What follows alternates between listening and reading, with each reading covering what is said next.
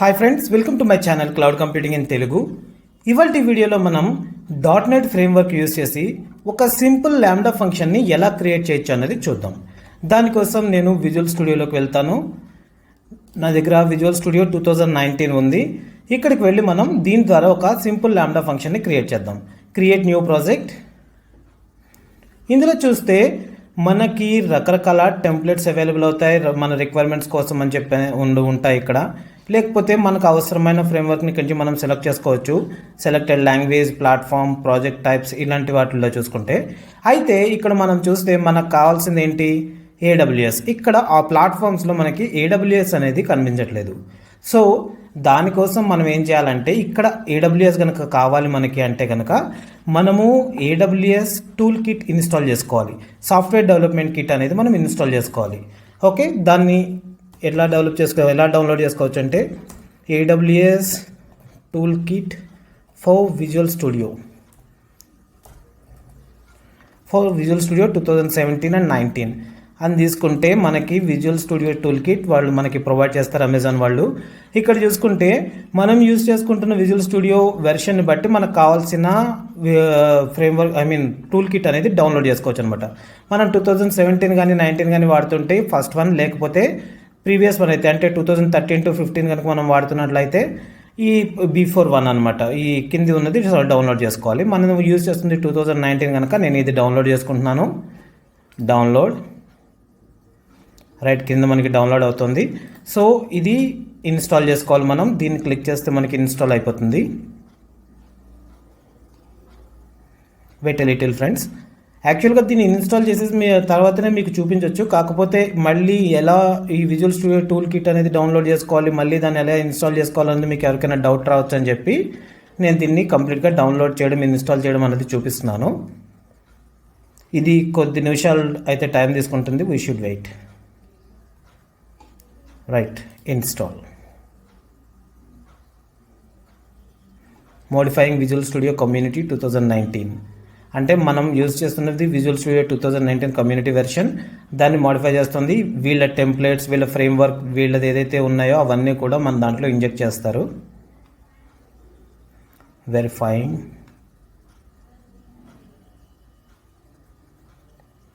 Just simple process అంతే. మనం గూగుల్లోకి వెళ్ళి సింపుల్గా visual studio tool kit for AWS tool kit for visual studio 2017 or 19 అని కొడితే మనకి AWS లింక్ వస్తుంది. అక్కడి నుంచి మనం డౌన్లోడ్ చేసుకోవచ్చు. వీళ్ళ market place, visual studio market place నుంచి.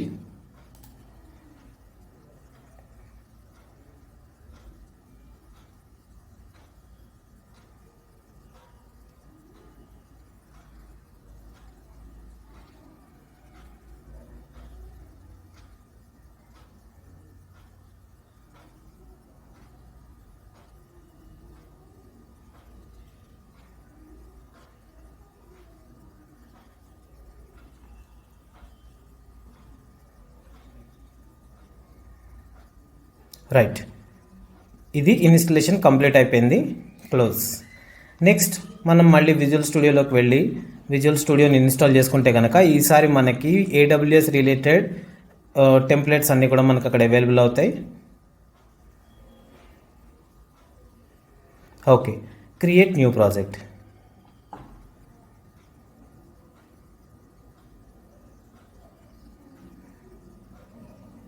ఇప్పుడు ఇక్కడ చూస్తే మనకి ల్యాండా ఫంక్షన్ చూడండి, AWS ల్యాండా ఫంక్షన్ ఫర్ Node.js ఇట్లా రకరకాలు కనిపిస్తున్నాయి కదా. ఈ ఆల్ ప్లాట్ఫామ్స్లోకి వచ్చి ఇది కూడా డౌన్లోడ్ చేయండి. మనకి ఇక్కడ AWS కనిపిస్తుంది. రైట్, ఆల్ లాంగ్వేజెస్, ఏ లాంగ్వేజ్లో చేద్దాం అనుకుంటున్నారు? నేను C# చేద్దాం అనుకుంటున్నాను. తర్వాత ప్లాట్ఫామ్ జస్ట్ సింపుల్, ఇది లీవ్ ఇట్, ఇది ప్రస్తుతానికి వదిలేయండి. ఇక్కడ చూస్తే మనకి 4 రకాల ఆప్షన్స్ కనిపిస్తాయి. సర్వర్లెస్ అప్లికేషన్ డెవలప్ చేస్తారా, ల్యాండా ఫంక్షన్ డెవలప్ చేస్తారా, లేకపోతే అప్లికేషన్ విత్ టెస్ట్ చేయడం కోసం అని చెప్పి ఇచ్చే ఫ్రేమ్వర్క్స్ ఉంటే అవి కూడా కావాలా మీకు అని 4 రకాల ఆప్షన్స్ అయితే కనిపిస్తాయి. ప్రస్తుతానికి నేను ఇవేం తీసుకోవట్లేదు. సింపుల్గా ఒక ల్యాండా ఫంక్షన్ తీసుకుంటాను. AWS ల్యాండా project .NET core C# use చేస్తారు. ఓకే, నెక్స్ట్ ఈ ల్యాండా ఫంక్షన్కి మనం ఒక నేమ్ ఇవ్వాలి. ఫస్ట్ ల్యాండా ఫంక్షన్ అని చెప్పి నేను నేమ్ ఇస్తాను. రిమైనింగ్ ఏమి నేనైతే పెద్ద పట్టించుకోవట్లేదు. లొకేషన్ కానీ లేకపోతే సొల్యూషన్ నేమ్ కానీ ఇవేమైతే నేను పెద్ద పట్టించుకోవట్లేదు. ఎందుకంటే నా టార్గెట్ ల్యాండా గురించి చెప్పడమే కానీ .NET ఫ్రేమ్వర్క్ స్ట్రక్చర్ చెప్పడం అయితే కాదు. ఓకేనా. క్రియేట్. ఇక్కడ మనం క్రియేట్ కొట్టగానే మనకి రకరకాల బ్లూ ప్రింట్స్ వస్తాయి. సెలెక్ట్ బ్లూ ప్రింట్ అన్నారు చూసారా. ఎంటీ ఫంక్షన్ కావాలా, కంటైనర్ ఇమేజ్ కావాలా, రన్ టైమ్ ఫంక్షన్ కావాలా, లేకపోతే మీరు డిఫరెంట్ సర్వీసెస్ తోటి ఏమైనా వర్క్ చేయాలనుకున్నారనుకోండి, S3 సర్వీస్ కానీ, SNS, SQS, కెనిసిస్, ఇలాంటి DynamoDB, ఇలాంటి రకరకాల సర్వీసెస్ తోటి కనుక మీరు దేనితోనైనా వర్క్ చేయాలనుకుంటే ఆ particular service related blue print మీరు సెలెక్ట్ చేసుకుంటే డిఫాల్ట్గా కొన్ని యాడ్-ఆన్స్, అంటే యాడ్-ఆన్స్ కాదు, ఇక్కడ ఆ ప్యాకేజెస్ అనేవి మీకు ఇన్స్టాల్ అయిపోయి వస్తాయి అన్నమాట. ఓకే, ప్రస్తుతానికి నాకు అవేం వద్దు, నేను సింపుల్ ల్యాండా ఫంక్షన్ క్రియేట్ చేయాలనుకుంటున్నాను. That's why empty function select చేస్తున్నాను నేను. ఈ ఎంటీ ఫంక్షన్ సెలెక్ట్ చేసుకుంటే ఏంటంటే మీరు రేపు పొద్దున్న S3 తోటి కనుక ఏదైనా కోడ్ క్రియేట్ చేసి మీ దాంట్లో ల్యాండా ఫంక్షన్ నుంచి అప్లోడ్ చేయాలనుకుంటున్నారు అనుకోండి, ఇన్ కేస్ మీరు ఎంటీ ఫంక్షన్ సెలెక్ట్ చేసుకుంటే కనుక మళ్ళీ న్యూగేట్లోకి వెళ్ళి ఆ S3 రిలేటెడ్ ప్యాకేజెస్ ఏమున్నాయో అవన్నీ ఇన్స్టాల్ చేసుకోవాల్సి వస్తుంది. అదే డైరెక్ట్గా ఈ సింపుల్ S3 ఫంక్షన్ అంటే మీకు కొంతవరకు వర్క్ సేవ్ అవుతుంది అనమాట. ఓకేనా. Fine, finish. It takes few seconds, don't worry. Right, మనకేంటంటే డిఫాల్ట్గా ఒక సింపుల్ ల్యాండా ఫంక్షన్స్ ఎలాగ క్రియేట్ అయిపోయి ఉంటుందన్నమాట. ఆ ఫంక్షన్లో వాళ్ళు మనకి ఒక సింపుల్ కోడ్ ఒకటి ఇస్తారు. మనం కావాలనుకుంటే మన కోడ్ అంతా ఇక్కడ రాసుకోవచ్చు. ఓకే, మీరు ఏమైనా డేటాబేస్ ఆపరేషన్స్ చేయాలనుకున్నా, లేకపోతే అదర్ AWS సర్వీసెస్ తోటి కనుక కమ్యూనికేట్ అవ్వాలంటే సింపుల్గా ఈ ల్యాండా ఫంక్షన్కి వెళ్ళి రైట్ క్లిక్ చేసి న్యూగెట్ ప్యాకేజెస్లోకి వెళ్ళి ఆ particular service related package install చేసుకోవాలి. లేకపోతే మామూలు సింపుల్ ఏదైనా ఫంక్షన్ అయితే కనుక అది ఇక్కడ రాసేసుకోవడమే. ఓకేనా. అయితే ఇప్పుడు ఇక్కడ ఈ ఎగ్జిస్టింగ్ కోడ్లో నేను ఏ విధమైన చేంజెస్ చేయట్లేదు. ఇది ఏం చేస్తుందంటే మనం ఇన్పుట్ ఇచ్చిన ఒక స్ట్రింగ్ని అప్పర్లోకి కన్వర్ట్ చేస్తుంది. అంటే XYZ అని నేను స్మాల్లో ఇస్తే కనుక మీకు XYZ అని అప్లో వస్తుంది అనమాట. అంతకు మించి ఏం జరగదు. ఓకేనా. ఇక్కడ సొల్యూషన్లో కనుక చూస్తే మీకు ఈ డిపెండెన్సీస్, ఇందులో పెద్ద గొప్పతనం ఏం లేదు. మీ ప్యాకేజెస్, ఫ్రేమ్వర్క్స్, ఆ ఇన్ఫర్మేషన్ ఉంటుంది, దాన్ని పక్కన పెట్టండి. ఇక్కడ చూస్తే AWS ల్యాండా టూల్స్ default.json అని ఉంది. ఇదేంటంటే మన ల్యాండా ఫంక్షన్ ఎలా క్రియేట్ అవ్వాలి అన్నదాన్ని JSON ఫార్మేట్ అనమాట. దీని ప్రకారమే మన ల్యాండా ఫంక్షన్ అనేది క్రియేట్ అవుతుంది. అంటే మనకి ఇక్కడ మెమరీ, మీకు అక్కడ చూసి జనరల్ కాన్ఫిగరేషన్స్లో మెమరీ సెట్ చేసుకోవచ్చు, టైం సెట్ చేసుకోవచ్చు అని చెప్పాను చూసారా. అవన్నీ కూడా మనం ఇక్కడ నుంచి సెట్ చేయొచ్చు అనమాట. అంటే ఇక్కడ నాకు మెమరీ సైజ్ వచ్చి 256 ఇచ్చారు. నేను ఇది కనుక 128 చేశానంటే 128 MB క్రియేట్ అవుతుంది. అలాగే ఫంక్షన్ టైమ్అవుట్, ఫంక్షన్ ఎంతసేపు మ్యాక్సిమం రన్ అవ్వాలి అనేది ఫంక్షన్ టైమ్అవుట్ అనమాట. అది మనం ఎంతసేపటి వరకు ఇవ్వచ్చు, మ్యాక్సిమం 15 minutes వరకు ఇవ్వచ్చు. అంటే 900 seconds. మనకి ఇక్కడ ఇది 30 seconds వస్తుంది అనమాట. డిఫాల్ట్గా వెళ్ళిచ్చింది. మీరు కావలిస్తే దీన్ని మార్చుకోవచ్చు. నాకైతే పెద్ద అవసరం లేదు, ఎందుకంటే ఇది సింపుల్గా లోయర్ కేస్ నుంచి అప్పర్ కేస్ కోసం మార్చడమే కనుక నాకు పెద్ద మెమరీ కన్జంప్షన్ అంటూ ఏముండదు. అలాగే దీని రన్ టైం ఎంత, .NET Core 3.1 రన్ టైం వీళ్ళు యూజ్ చేస్తున్నారు. ఓకేనా. ఫ్రేమ్వర్క్ వచ్చి .NET Core యాప్ 3.1. ఓకేనా. ఈ విధంగా మన ల్యాండా ఫంక్షన్ అనేది క్రియేట్ అవుతుంది. అలాగే రీజియన్, ఇవన్నీ కూడా మనం ఇక్కడే సప్లై చేస్తాం అనమాట. దీన్ని బట్టే మన ల్యాండా ఫంక్షన్ క్రియేట్ అవుతుంది. ఇక్కడ మనం ఫంక్షన్ నేమ్ అని ఇచ్చుకుని నేమ్ కూడా ఇచ్చుకోవచ్చు. ఇక్కడ కామా పెట్టుకుని ఫంక్షన్ స్పేస్ నేమ్ ఫస్ట్ ల్యాండా ఫంక్షన్ యూజింగ్ .NET, అది నేను పెట్టట్లేదండి. ఓకే, ఇప్పుడు నేను ఏం చేయాలంటే వ్యూలోకి వెళ్ళి నా ప్రొఫైల్ యాడ్ చేసుకోవాలి. దానికోసం AWS ఎక్స్ప్లోరర్, మనకి నేను IAMలో చెప్పాను మీకు programmatic axis and console axis అని చెప్పి 2 ఉంటాయి అని చెప్పి.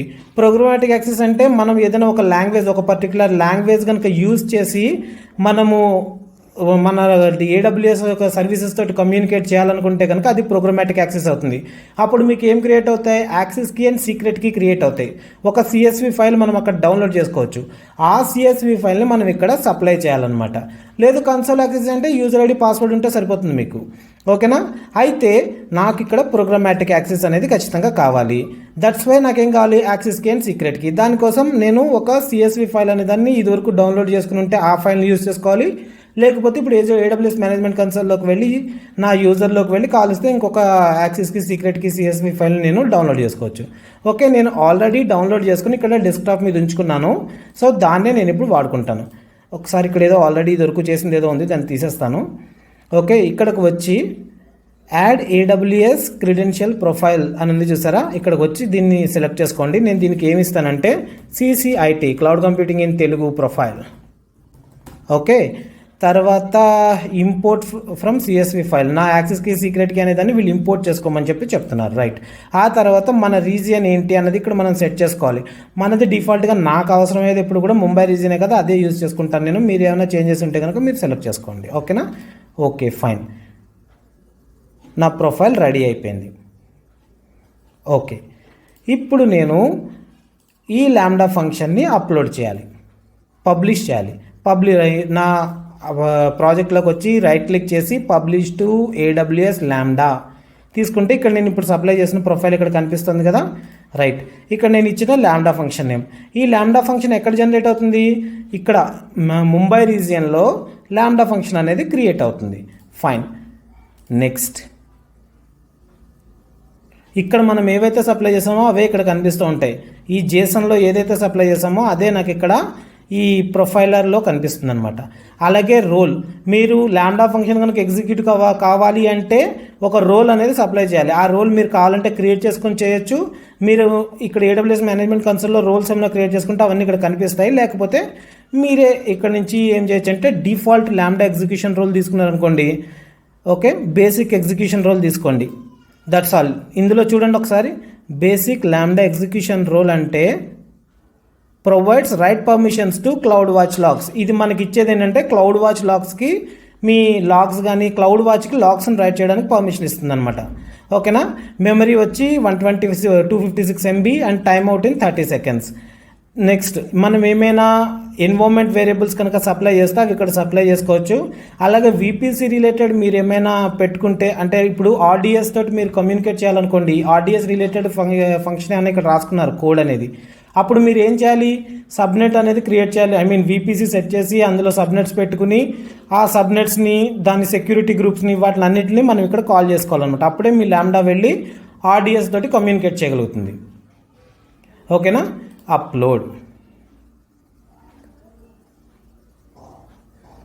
ఇది కొద్ది సెకండ్ల టైం అయితే తీసుకుంటుంది, వీ మస్ట్ వెయిట్.